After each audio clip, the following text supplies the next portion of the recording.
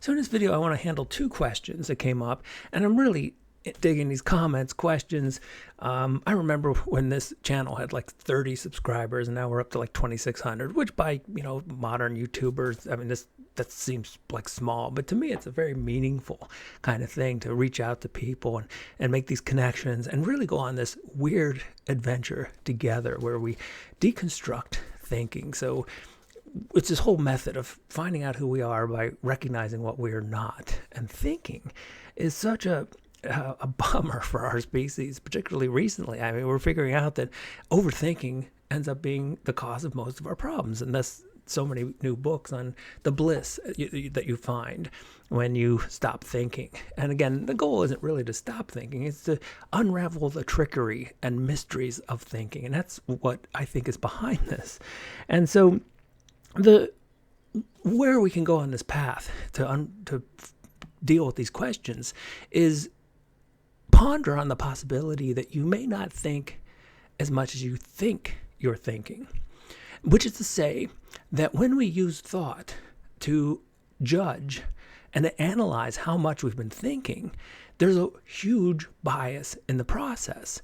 And like right now, how much were you thinking today? You don't really know. All you know is how much you think that you've been thinking. Well, let's make this a little bit more experiential. So I'm going to do a exercise from the workbook. And it's one that I've done on the channel a couple times, but it's one on memory. But it illustrates exactly the point I'm trying to make. So it's a memory test. So I'm going to read a list of words. Try to focus as best you can. You'll probably still screw it up because I've been doing this like 20 years. I can give as many hints as possible. People still make the mistake because it reflects the nature of the thinking mind. And then I'm going to give you another list, and all you have to do is recognize, was that word on the list or not? So you ready? Dream, night, dusk, snooze, dark, snore, alarm, covers, bed, sheets. Okay. Now I'm going to read another list, and all you have to do is let the voice in the head do its thing and say, yes, it was on there. No, it was not. Aardvark. Intelligence. Sleep. Okay. Now, if you are anything like the dozens and hundreds, maybe thousands of other humans I've done this with, that word sleep probably produced an overwhelming, confident yes by the thinking mind.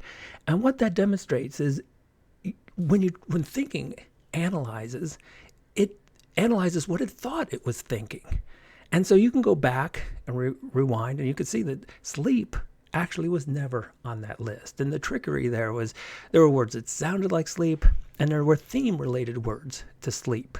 And so the guessing, interpretive thinking mind made a judgment of what it thought it was thinking. And the interesting thing about this is that, so if you're familiar with ECT treatment, electroconvulsive therapy, where they would literally send an electrical impulse through the brain, and what it pretty much did is just wiped out people's memories.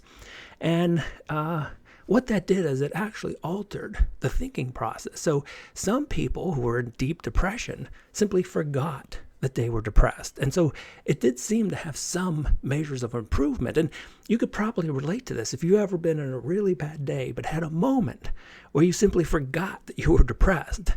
It all comes down to illustrating the same basic message of this video today, that you do not know what you were thinking. You don't really know if you were sad. You don't really know if you were happy yesterday or 10 years ago or 10 minutes ago. All you know, if you restrict your analysis to the thinking mind and memory, all you know is what you think happened. Okay, so how does this get to the questions?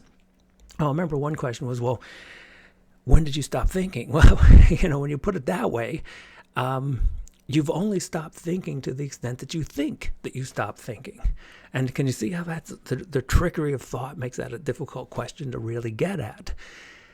Okay, well, what about the other one, about the self and the voice in the head? And we know the voice in the head is this computer-like program that we have no control over. But what about what I'm saying right now? Well, this really gets to the free will issue, because while it absolutely seems like there must be a little me that's kind of pulling all the strings and like, okay, what's the next word that I'm going to say? that is also just an afterthought. After I've said it, there's the thought that, well, that's what I meant to say. Or sometimes you have the thought that that's not what I meant to say. So if all this stuff points to the idea that the self is just another thought, there cannot be any self that's orchestrating either the voice in the head or even what I'm going to say right now. Now, again, that sounds kind of strange, but when you get into it, it is also quite interesting and mysterious to become the observer and become, like, this would happen to me quite often in lectures. It's happening to me right now, in a sense, where I'm not really sure what I'm going to say. And I become the observer waiting to hear what I'm going to say as much as anyone else listening.